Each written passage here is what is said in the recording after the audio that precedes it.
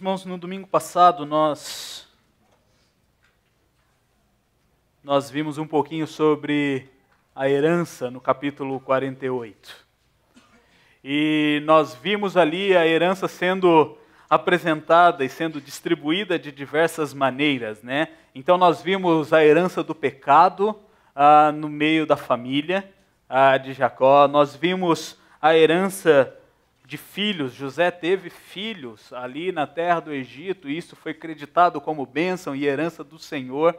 Nós vimos a herança da progenitura que é dada aos filhos de José por meio da adoção. E nós vemos ali a herança da terra, quando Jacó então começa esta distribuição, né, de quem ficaria com o quê. E nós chegamos ao capítulo 49. E no capítulo 49 nós vemos as bênçãos que Jacó transmite a todos os seus filhos. Então Jacó reúne todos os seus filhos e os abençoa. E ali nós vemos o início então da divisão ali das 12 tribos. Então nós ali começamos a ter uma percepção de como será essa divisão territorial e geográfica que nós conhecemos ali pelas 12 tribos de Israel, quem ficaria com quem e onde ficaria quem. E nós vemos isso no capítulo de número 49.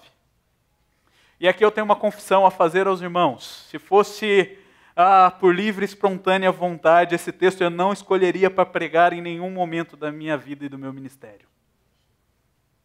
Pensem num texto difícil. É uma poesia. Está registrado de maneira poética. E você pode olhar que na sua Bíblia tem uma diferença ali de formatação. E nós temos aqui vários aspectos poéticos, muitos aspectos simbólicos. Eu passei essa semana lendo esse texto, relendo esse texto, orando, lendo comentários. Chegou na quinta-feira, na sexta-feira, sentei com o Mauro, falei: socorro! Vamos pular hoje, vamos, semana que vem o senhor prega. Mas, talvez não tenha entendido tudo, nem todo o texto, mas Deus deu graça e consegui preparar o meu sermão e assentou as ideias nesse processo de confecção do sermão. E fui olhar para as belezas desse texto. E este texto ele mostra as bênçãos de Deus sobre um povo rebelde, sobre um povo pecador. E hoje nós vamos ver algumas facetas da bênção de Deus sobre o seu povo. Nós veremos que a bênção de Deus sobre o seu povo não oculta e não esconde as consequências do pecado. Nós veremos que as bênçãos de Deus sobre o seu povo é formada por circunstâncias más que são redimidas. E nós veremos que nós precisamos esperar o agir de Deus, mesmo que nós não entendamos tudo aquilo que Ele está fazendo na nossa vida. E hoje eu vou fazer algo um pouco diferente do que estamos acostumados. Eu vou ler todo o capítulo de uma vez. Eu peço que vocês prestem atenção à leitura do capítulo e depois nós vamos voltando a pontos específicos no decorrer da mensagem. Então, Gênesis capítulo 49, do verso 1 até o verso 28, na verdade. Então, não todo o capítulo, até o verso 28. O texto nos diz assim: Depois chamou Jacó a seus filhos e disse: Ajuntai-vos, e eu vos farei saber o que vos há de acontecer nos dias vindouros. Ajuntai-vos e ouvi. Filhos de Jacó, ouvi a Israel, vosso pai. Rúben, tu és o primogênito, minha força e as primícias do meu vigor, o mais excelente em altivez e o mais excelente em poder, impetuoso como a água. Não serás mais o excelente, porque subiste ao leito de teu pai e o profanaste. Subiste à minha cama. Simeão e Levi são irmãos. As suas espadas são instrumentos de violência. No seu conselho não entre minha alma. Com o seu agrupamento minha glória não se ajunte, porque no seu furor mataram homens, e a sua vontade perversa já retaram touros. Maldito seja o seu furor, pois era forte, e a sua ira, pois era dura. Diluzei em Jacó e os espalharei em Israel. Judá, teus irmãos te louvarão. A tua mão estará sobre a cerviz dos teus inimigos. Os filhos de teu pai se inclinarão a ti. Judá é leãozinho. Da presa subiste, filho meu. Encurva-se e deita-se como leão e como leoa. Quem o despertará? O cetro não se arredará de Judá, nem o bastão de entre os seus pés, até que venha Siló. E a ele obedecerão os povos. Ele amarrará o seu jumentinho à vide e o filho da sua jumenta à videira. Mais excelente. Lavará as suas vestes no vinho e a sua capa em sangue de uvas. Os seus olhos serão cintilantes de vinho e os dentes brancos de leite. Zebulon habitará na praia dos mares e servirá de porto de navios.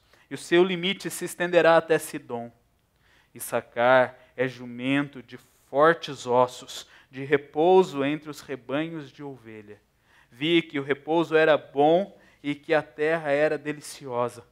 Baixou os ombros à carga e sujeitou-se ao trabalho servil. Dan julgará o seu povo, como uma das tribos de Israel.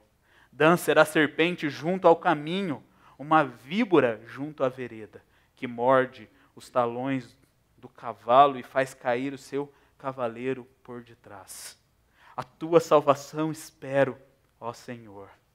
Gade, uma guerrilha o acometerá, mas ele a acometerá por sua retaguarda. Asser, o seu pão será abundante e ele motivará delícias reais. Naftali é uma gazela solta, ele prefere palavras formosas. José é um ramo frutífero junto à fonte. Seus galhos se estendem sobre o muro. Os flecheiros lhe dão amargura, atiram contra ele e o aborrecem. O seu arco, porém, permanece firme, e os seus braços são feitos ativos pelas mãos do poderoso de Jacó, sim, pelo pastor e pela pedra de Israel. Pelo Deus de teu pai, o qual te ajudará, e pelo Todo-Poderoso, o qual te abençoará com bênçãos dos altos céus, com bênçãos das profundezas, com bênçãos dos seios e da madre. As bênçãos de teu pai excederão as bênçãos de meus pais, até ao cimo dos montes eternos. Estejam elas sobre a cabeça de José e sobre o alto da cabeça do que foi distinguido entre seus irmãos. Benjamim é lobo que despedaça, pela manhã devora a presa e à tarde reparte o despojo. São estas as 12 tribos de Israel. E isso é o que lhes falou seu pai quando os abençoou. A cada um deles abençoou segundo a bênção que lhe cabia. Vamos orar? Senhor, nós estamos na Tua presença, pois sabemos que o Senhor é o Deus Todo-Poderoso. É o Deus que cuida de nós. Deus que nos deu a sua palavra para que meditássemos nela e fôssemos alimentados por ela. Por isso clamamos ao Senhor que tenha misericórdia de nós nesse momento onde ouviremos a exposição deste capítulo. E que possamos, ó Pai, compreender as verdades aqui expostas. E como teus servos, possamos nos dispor a te servirmos ainda mais e ainda com mais desejo e vontade. Senhor, que as palavras dos meus lábios e o meditar do meu coração sejam agradáveis na tua presença. Senhor, rocha minha e redentor meu. Amém. Amém. O autor aqui, ele começa com uma certa expectativa. Pensem nessa história sendo contada, e ele então chega para aquela multidão que estava ouvindo, e ele diz assim: olha, Jacó foi e abençoou os filhos de José, agora vocês vão ouvir o que Jacó disse para os demais, para os seus 12 filhos. E é interessante que a expectativa aqui, ela é crescente. Nós vemos no início, no primeiro verso, o texto diz que, então, Jacó mandou chamar todos os seus filhos, e todos os filhos então vieram e se assentaram provavelmente ao redor do seu pai, na expectativa de ouvir o que eles receberiam. Aqui agora está na hora de repartir a herança que Jacó havia construído com os anos e agora ele deixaria para os seus filhos. Mas nós vemos uma diferença sendo colocada aqui. Os filhos de Jacó chegam, se assentam ao redor do seu pai, mas as bênçãos e a herança que é distribuída não é a de Jacó, é a de Israel. E o texto fala assim: agora vocês precisam ouvir a Israel. E nós já aprendemos aqui que quando nós lemos Jacó, nós estamos vendo uma referência ao homem ali, pai daquele punhado de filhos que teve filhos com 4 mulheres e caminhou todo o período ali dos seus anos, Mas quando nós lemos que Israel estaria falando, nós estamos aqui ouvindo o representante de Deus, o homem que fala por meio da nação. E nós vemos então que as bênçãos e a herança que seria distribuída não seria apenas aquilo material que Jacó construiu com a sua peregrinação. Mas aqui faria parte da construção daquilo que Deus estava fazendo na vida do seu povo, das promessas que Deus havia feito ao seu povo. E aqui nós vemos uma fase se encerrando para começar logo mais outra fase. Jacó aqui está no seu leito de morte. E os filhos então se achegam, mas eles não ouviriam o seu pai falando. Eles ouviriam o representante do povo de Deus. Eles ouviriam Israel. E aqui neste capítulo recheado de surpresas, de expectativas frustradas, nós vemos com clareza o desenvolvimento daquilo que nós temos ouvido sobre a grande história. Nós vemos a manifestação do Deus Criador, nós vemos as consequências da queda, nós vemos com esperança e olhamos com esperança a vinda e a promessa da vinda do Redentor. E nós aplicaremos agora na motivação, na esperança do retorno e da consumação. Este capítulo, ele abrange toda esta história. E ele nos mostra que muitas vezes as nossas expectativas, muitas vezes aquilo que planejamos, muitas vezes aquilo que sonhamos, muitas vezes aquilo que esperamos alcançar um dia, talvez não seja o que Deus estivesse planejando, preparando e fazendo na vida dos seus servos. Nós chegamos aqui ao ápice. E cada filho recebe uma palavra do líder. Mas nós começamos a ver no todo, e ao olharmos aqui a estrutura que Jacó faz na sua fala, é uma estrutura poética, descrita aqui por Moisés como uma poesia, mas ela tem uma sequência lógica. Jacó, ele começa então a falar dos filhos de Lia, depois ele fala dos filhos da concubina de Lia, depois ele fala dos filhos da concubina de Raquel, e por fim ele termina com os filhos de Raquel. Em toda essa história, nós precisamos olhar por todo, porque se fôssemos ficar aqui, versículo por versículo, palavra por palavra, nós ficaríamos muito tempo e nós não entenderíamos ao certo o que seria todas essas bênçãos. Como eles, quando ouviram, provavelmente também não entenderam. E o povo que agora está para entrar na terra prometida, está ouvindo de novo. Provavelmente eles já entendam um pouco mais. E eles agora tomariam posse de muito do que Israel fala aqui. E a primeira coisa que nós vemos, quando nós olhamos para a bênção de Deus sobre o seu povo, é que as consequências do pecado, elas não são anuladas ou esquecidas.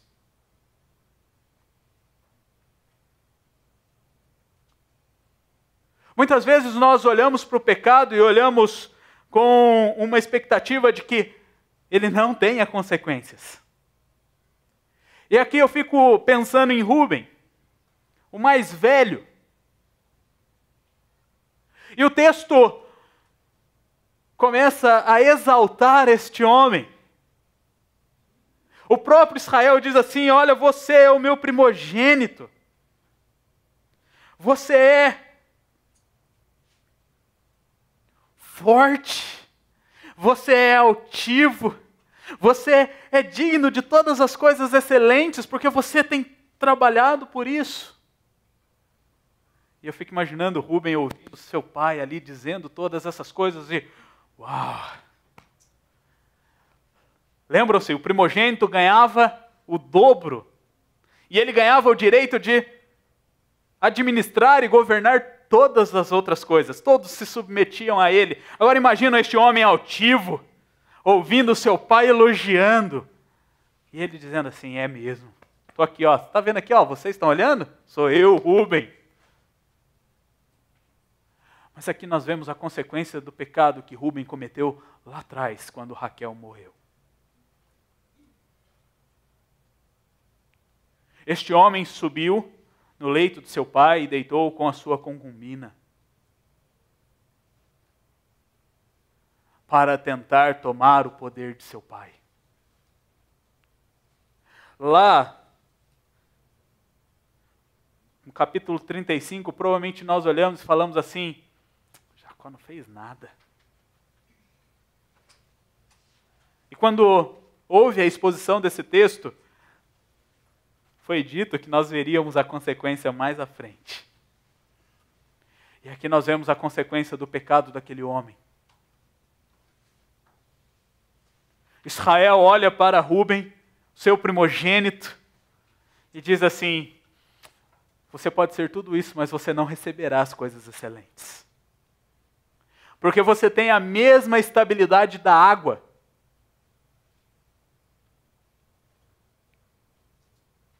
Talvez nós olhemos e falemos assim, não, a água ela tem uma estabilidade muito grande quando ela está ali congelada. Mas se você não lutar muito para mantê-la daquele jeito, o que vai acontecer com ela? Aquela firmeza toda daquele gelo vai derreter. E o texto diz que aquele homem, então, ele é impetuoso como a água. Ele não tem estabilidade nenhuma. E aqui nós olhamos a consequência do pecado daquele homem sendo escancarada para todos os irmãos. Você não receberá a primogenitura. Você não receberá as coisas excelentes porque você permaneceu em pecado. E quando nós continuamos, nós podemos ver aqui, ele vai na ordem, e ele vai falar de Simeão e Levi. Provavelmente assim, Rúben já foi descartado, então está ficando bom o negócio, né? Provavelmente vai sobrar mais coisas para nós. Não. Israel olha e fala assim: lembra do que vocês fizeram para os habitantes da terra de Siquém? Estava tudo certo, vocês tinham dado a palavra, aqueles homens foram e fizeram a circuncisão.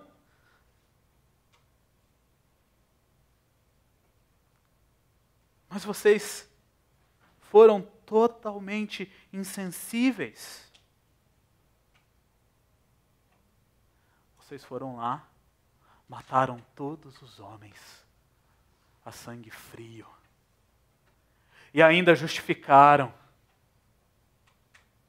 Israel diz assim: eu não quero fazer parte desta violência. Vocês viverão por meio da espada. E eu não quero que o meu nome seja vinculado a esta prática. E o pecado deles lá atrás, quando nós olhamos para Jacó, juntando toda a sua família aí, perna para quem tem, fugindo de Siquém, nós não vemos nenhuma palavra de repreensão ao pecado dos seus filhos. Nós não vemos nenhuma tentativa de mudar o que aconteceu. Nós vimos lá um Jacó omisso, mas agora aqui nós estamos vendo um Israel que está exercendo a justiça de Deus. E nós vamos olhando as bênçãos destinadas a Zebulon. E o texto diz que Zebulon iria ficar com um pedaço de terra ali no mar, ele serviria de porto, mas ele nutriria a sua ganância, tentando fazer comércio e ganhar dinheiro. Este é o futuro de Zebulon e da sua família. O texto continua dizendo, ele vai falar de Issacar. E ele mostra aqui que este homem, por causa do seu pecado, ele buscaria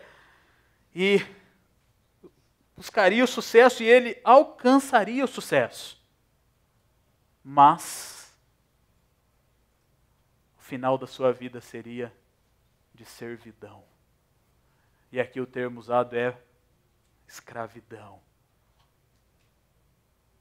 Eles achariam que estariam na vantagem, mas só estariam construindo para si mesmos um futuro de escravidão. Aí nós olhamos para o caçulinha da família, Benjamim. E aqui nós vemos Israel ligando Benjamim a um animal. E a maioria das vezes que aparece a expressão ou a comparação a um lobo nas Escrituras é uma coisa ruim. É a comparação a algo ou alguém que quer enganar as outras pessoas, quer ludibriar as outras pessoas e quer devorar as outras pessoas. E é isso que está reservado para o futuro deste homem, da sua tribo. E o texto fala que eles seriam como lobos vorazes e que atacariam pela retaguarda, seriam desonestos e viveriam em função do seu pecado. E eles não se contentariam em apenas atacar, destruir, mas recolheriam todos os despojos. E as consequências do pecado aqui, elas continuam. E o texto mostra que Dan, ele é comparado então à serpente,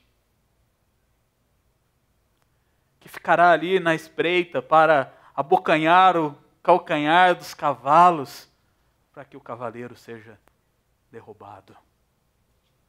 Asser, ele será um homem descrito como terá sucesso, será bem-sucedido,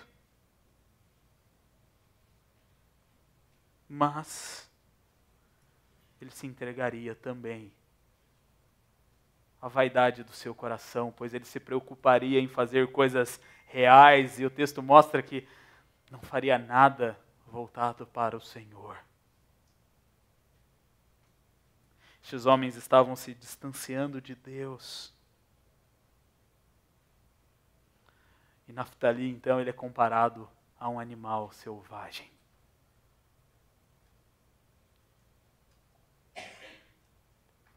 Quando nós olhamos essas bênçãos e nós paramos e pensamos, quem ia querer ouvir do seu pai tais palavras? E aqui nós olhamos e vemos a complexidade do pecado.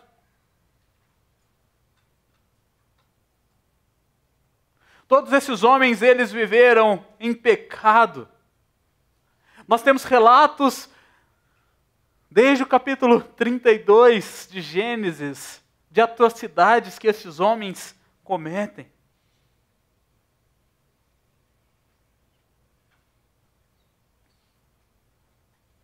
Mas eles sofrem a consequência do pecado. Eles sofrem a consequência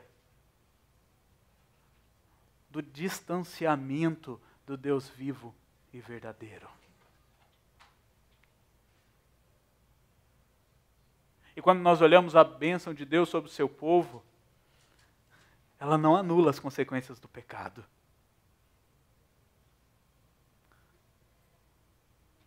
E nós precisamos entender que muitas vezes nós fazemos diferença de pecado e nós olhamos para pecados que são reprováveis socialmente. E nós olhamos com muita facilidade para tais pecados. Então, quando alguém dorme com a concubina do seu pai, ou quando alguém massacra uma cidade, mata todos os seus homens, nós olhamos e reprovamos. Mas muitas vezes nós olhamos para o pecado e olhamos para ações pecaminosas que são reprovadas, e muitas vezes elas recebem louvor. E elas recebem o louvor por meio da justificativa. Não, você estava certo. Ele abusou da sua irmã. Vocês deveriam ter matado todo mundo, vocês deixaram as mulheres ainda. Não, vocês são bonzinhos. Não, seu pai está ficando louco, você está certo, vai lá, toma um poder. Eles poderiam ter ouvido essas coisas. E nós olhamos que nos nossos dias, muitos dos pecados, eles têm se tornado aceitáveis perante a sociedade, incentivados pela sociedade. E nós olhamos em determinadas rodas, e as pessoas se assustam com a pureza sexual dos jovens cristãos. Espera aí, você nunca teve relação sexual? Ou ela olha assim para casais e fala assim, não é possível, você nunca traiu a sua esposa.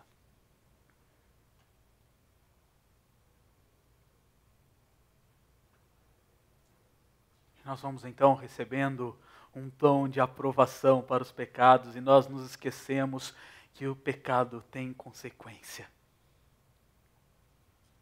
E que as consequências do pecado, elas afetam todos aqueles que estão ao nosso redor. E no caso aqui, a consequência do pecado de cada um dos filhos de Israel afetou a geração. E quando nós olhamos mais para frente na história, e nós vamos ler o livro de Juízes, nós vemos que as bênçãos aqui profetizadas, elas se cumprem. Quando nós olhamos o período dos reis, nós vemos que o padrão, ele continua se repetindo.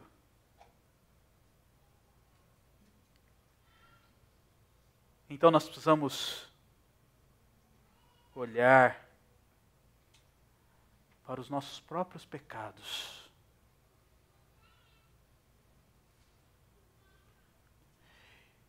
Nós, com certeza, chegaremos à conclusão que alguns são muito fáceis de serem identificados. E nós identificaremos esses pecados com muita facilidade, porque eles são amplamente considerados reprováveis. Então, se vivermos uma vida alcoolizada, nós seremos reprováveis. Se nós cometermos um assassinato, nós seremos reprováveis. Se nós nos cometermos atrocidades sexuais, nós seremos reprováveis. Se houver um abuso infantil, nossa alma se incendeia e o nosso desejo é colocar a pessoa no poste e deixá-la lá. Porque esses pecados são reprováveis. Mas será que nós temos pensado naqueles pecados que são aceitáveis? Será que nós temos tido disposição para identificarmos pecados que são considerados como pecados neutros?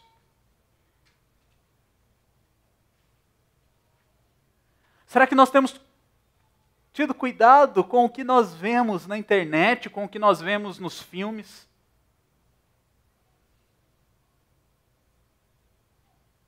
Será que nós temos tido cuidado com as palavras que saem da nossa boca?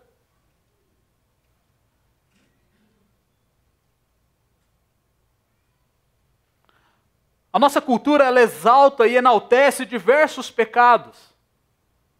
E um dos pecados que nós vemos mais sendo exaltados por aí é o pecado da fofoca, que se enquadra nos 10 mandamentos de não dirar falso testemunho.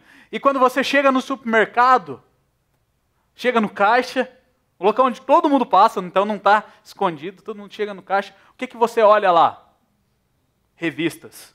E essas revistas são sobre fulano saiu com ciclano.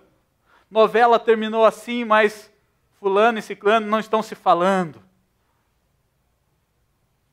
Se você liga a televisão no meio da tarde, eu acho que ainda deve continuar o mesmo padrão, que faz muitos anos que eu não faço isso, mas eu fui olhar e dar uma pesquisada, os programas ainda existem. Você vai ver programas de fofocas, onde o objetivo é falar da vida do outro sem se importar se é verdade ou não.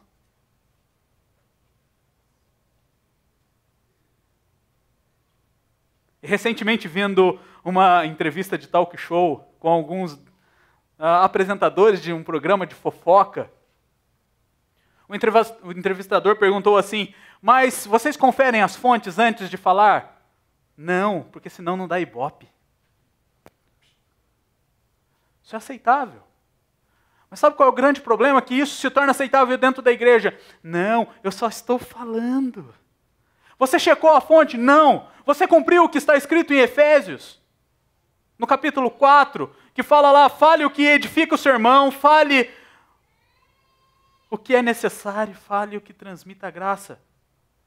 Nós perdemos a noção das consequências dos nossos pecados, e principalmente noção dos pecados que são colocados como pecados aceitáveis. E eu quero dizer para vocês, meus irmãos, que quando nós vivemos a vida de santidade, nós devemos sim nos preocupar com as consequências dos nossos pecados, pois elas afetam não só a nós, elas afetam toda a igreja, todo o corpo de Cristo. Aqui nós vemos o pecado desses homens afetando toda uma nação.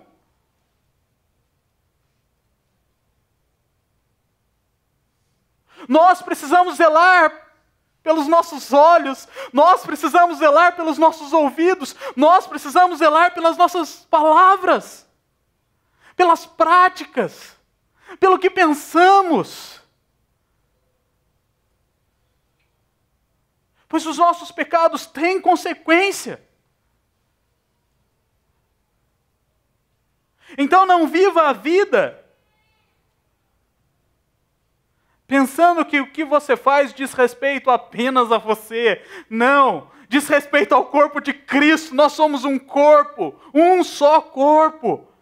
E o que você faz me afeta, o que eu faço te afeta.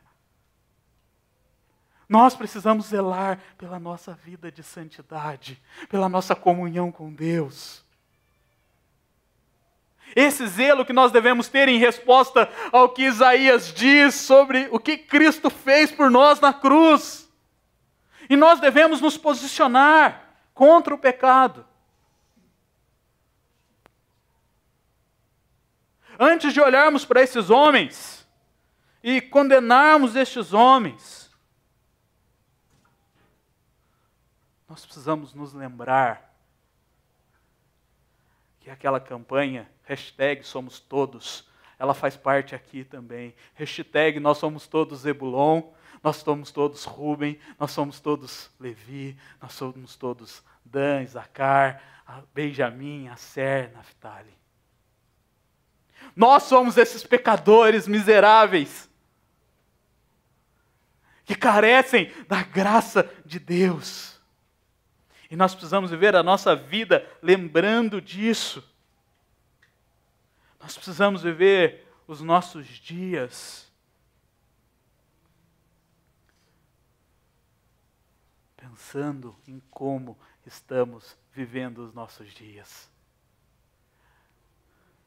Pois devemos viver para a glória de Deus. Então a bênção de Deus sobre este povo não anulou as consequências do pecado.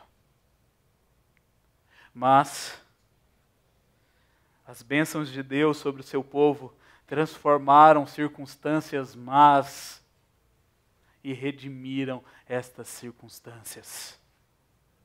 Nós olhamos toda a fala de Israel.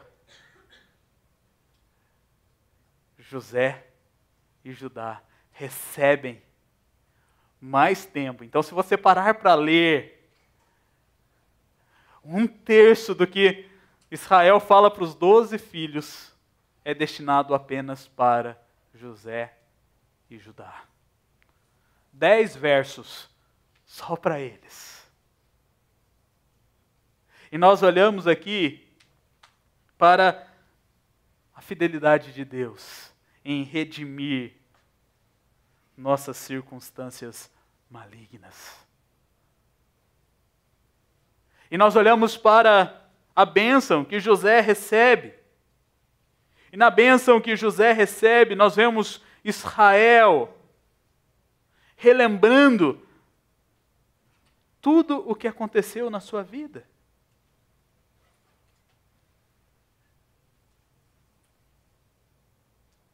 José, ele recebe a mais rica bênção do seu pai. Os seus filhos foram tomados por primogênitos. E agora ele ouve dos lábios do seu pai que ele, então, é um ramo frutífero. Um ramo frutífero que está junto à fonte. Que não saiu da fonte em nenhum momento da sua vida. E aqui nós nos lembramos da história de José. Nós nos lembramos deste homem que nós relatamos aqui como sendo o preferido do seu pai, mas que foi odiado pelos seus irmãos, que foi vendido como escravo, que foi exaltado na casa de Potifar, mas foi jogado na cadeia, que tomou conta então da prisão, que foi esquecido e que chegou então a ser o segundo homem no Egito, mais poderoso depois de Faraó. E quando nós olhamos, nós vemos aqui Israel falando: José, você foi frutífero porque você não deixou de crer em Deus. E Deus te sustentou em todo esse período. E ele coloca assim que flecheiros não lhe deram amargura, atiraram contra ele e o aborrecem. Mas o seu arco permanece firme e os seus braços são feitos ativos. José foi acusado, José foi traído, José foi esquecido. Ele poderia ter se rebelado e dito diversas coisas, mas ele permaneceu crendo no Deus dele, no Deus que os seus pais serviram. E nós olhamos aqui que tudo isso aconteceu com José. Como ele declara no capítulo 45, porque Deus quis. E tudo isso aconteceu para a preservação do seu povo. E aqui Israel relembra a fidelidade de Deus, a si mesmo e a sua promessa. E ele diz assim: quem sustentou os seus braços foi o poderoso de Jacó, sim, o pastor.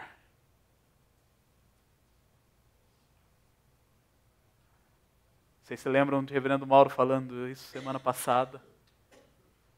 Que esse pastor que sustentou Jacó durante os anos da sua caminhada, descrito no capítulo 48, é o mesmo pastor que esteve com José, sustentando José na sua caminhada.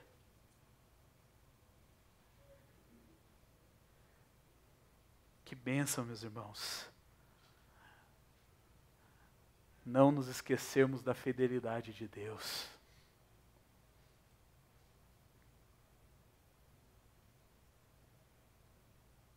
O Senhor transformou todas aquelas circunstâncias ruins e más e redimiu todas elas.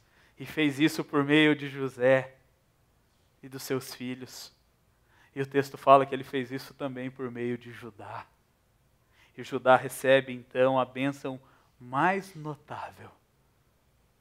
O texto que nós já lemos, ele começa então dizendo assim: Judá, teus irmãos te louvarão, a tua mão estará sobre a cerviz dos teus inimigos, os pais de teu pai se inclinarão a ti.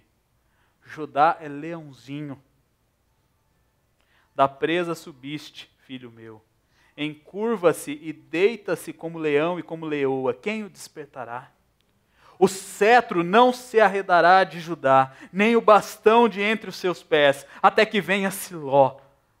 E a ele obedecerão os povos. Ele amarrará o seu jumentinho à vide, e o filho da jumenta à videira mais excelente. Lavará suas vestes no vinho, e a sua capa em sangue de uvas. E os seus olhos serão cintilantes de vinho, e os dentes brancos de leite. Israel aqui abençoa Judá com a mesma exaltação que José teve nos seus sonhos.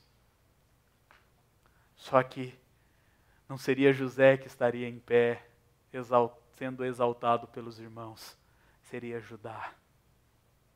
E quando nós damos um passo para trás e olhamos a Escritura como um todo, nós vemos que aqui nós temos a profetização de que de Judá, da descendência de Judá, sairá o rei dos reis. O cedro não será tirado dessa tribo. E nós vemos aqui de Judá descendem de Davi, Salomão e por fim Cristo Jesus. Nós vemos que aqui Judá ele é colocado numa posição pequena e Israel fala assim: você é leãozinho. E quando nós olhamos para o seu descendente, nós cantamos aqui que ele é o leão da tribo de Judá. Não é mais o leãozinho, ele é o leão. O leão que deu a sua vida por nós.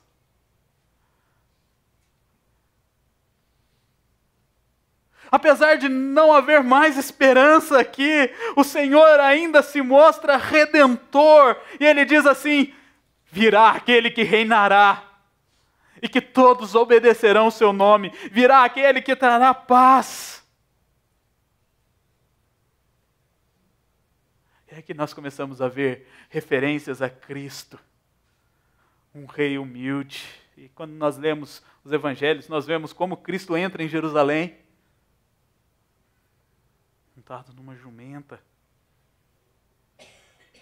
Quando nós vemos o relato de Isaías, nós vemos que o Senhor Jesus Cristo seria coberto de sangue.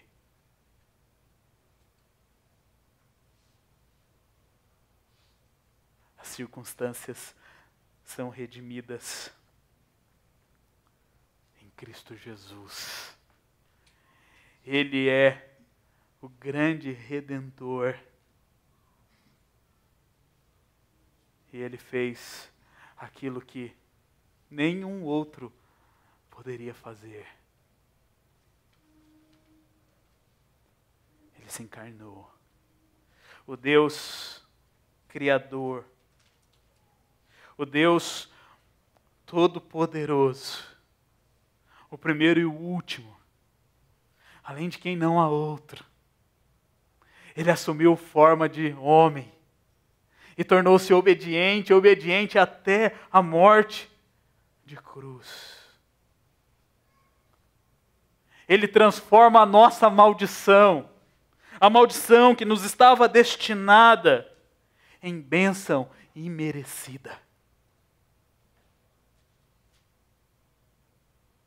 José e Judá não eram os bambambãs que mereciam as bênçãos. Não, era imerecido, porque quem fez todas essas coisas foi Deus.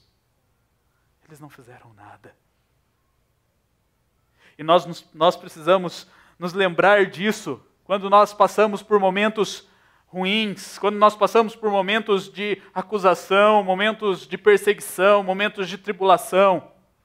Nós precisamos nos lembrar que o Deus que nós servimos pode redimir circunstâncias más, circunstâncias ruins, e nós precisamos voltar os nossos olhos para Ele. E é o que acontece no verso de número 18, e é o que Jacó, Israel, ele faz. E aqui nós temos o ápice dessa poesia. No meio das bênçãos, ele solta essa frase, ele volta os seus olhos para o Senhor e diz assim, verso de número 18. A tua salvação espero, ó Senhor. A tua salvação eu espero. Eu espero o agir do Senhor se concretizar. Porque eu fico imaginando aquele pai dando tais bênçãos. Não estava sendo agradável. Ele não estava repartindo os seus tesouros e dizendo assim, olha, você vai ficar com tanto, meu filho, vai, se divirta. Não, ele estava pronunciando as consequências dos pecados dos seus filhos. Ele então respira. Ele diz, Senhor, de mim nada posso fazer e comigo também nada posso fazer. Eu aguardo a salvação que vem de ti. Os olhos de Israel, então, se voltam para o Senhor Todo-Poderoso, para o Senhor Criador dos céus e da terra, para o Senhor que nós adoramos aqui, por meio da oração do Paulo, quando ele diz que esse Senhor criou todas as coisas e foi o Deus de Abraão, de Isaac, de Jacó e sustentou os seus servos. Nós adoramos a Deus por isso e nós adoramos a Deus porque Ele continua sendo o nosso Deus e continua nos sustentando. Então, onde os seus olhos estão descansando?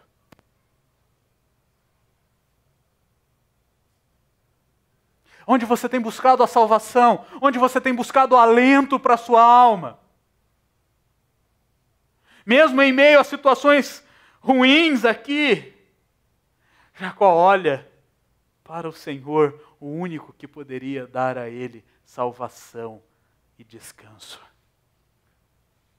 Seus olhos então estão no Senhor. E aqui ele mostra e declara a sua paciência em esperar o agir do Senhor. Ele fala assim, eu espero pela tua salvação. Eu estou aqui pacientemente aguardando o teu agir se concretizar. E muitas vezes nós temos dificuldades em esperarmos o agir de Deus se concretizar. Muitas vezes nós queremos ali, não, peraí, eu tenho que dar meu jeitinho. Deixa eu tentar fazer uma coisinha aqui. Não, deixa eu tentar fazer outra coisinha aqui. Não, deixa eu tentar, não, isso aqui não, deixa eu tentar fazer outra aqui. E nós não temos paciência para esperarmos o agir de Deus. E aqui, no meio dessas bênçãos, nós vemos Israel nos ensinando isso. Nos ensinando que nós devemos esperar o agir de Deus se completar.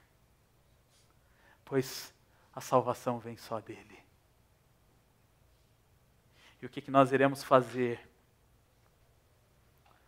Primeiro, nós vamos nos lembrar todos os dias que o pecado que nós cometemos tem consequência.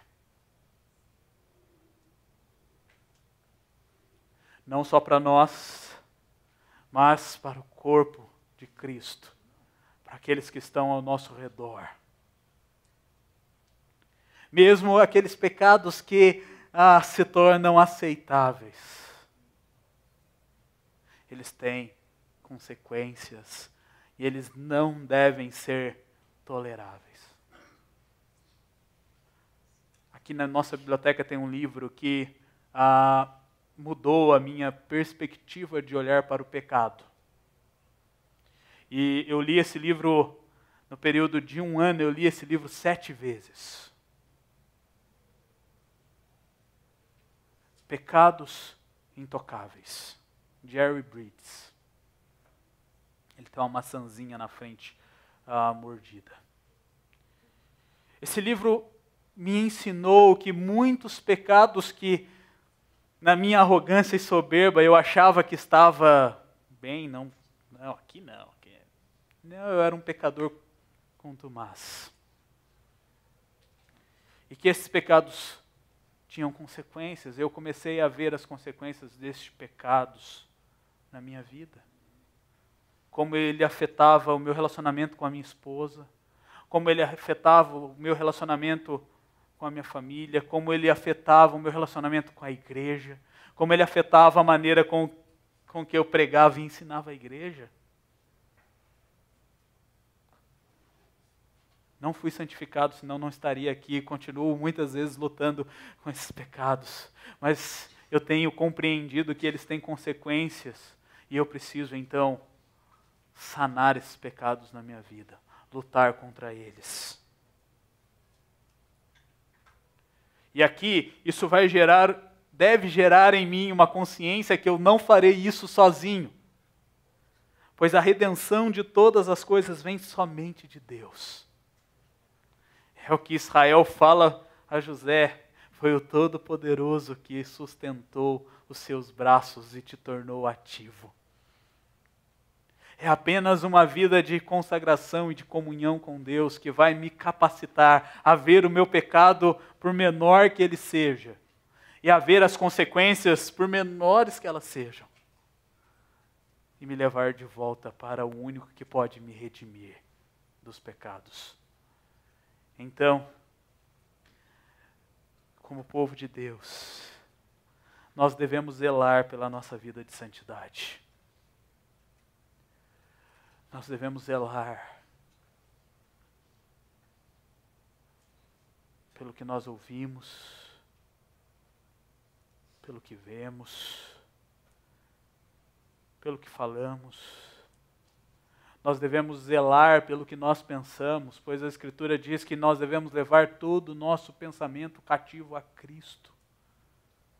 E nós devemos zelar pelas nossas ações e pelas nossas reações. Elas devem ser todas norteadas pela santidade. E por último, não tire os seus olhos do Senhor, por nenhum minuto sequer.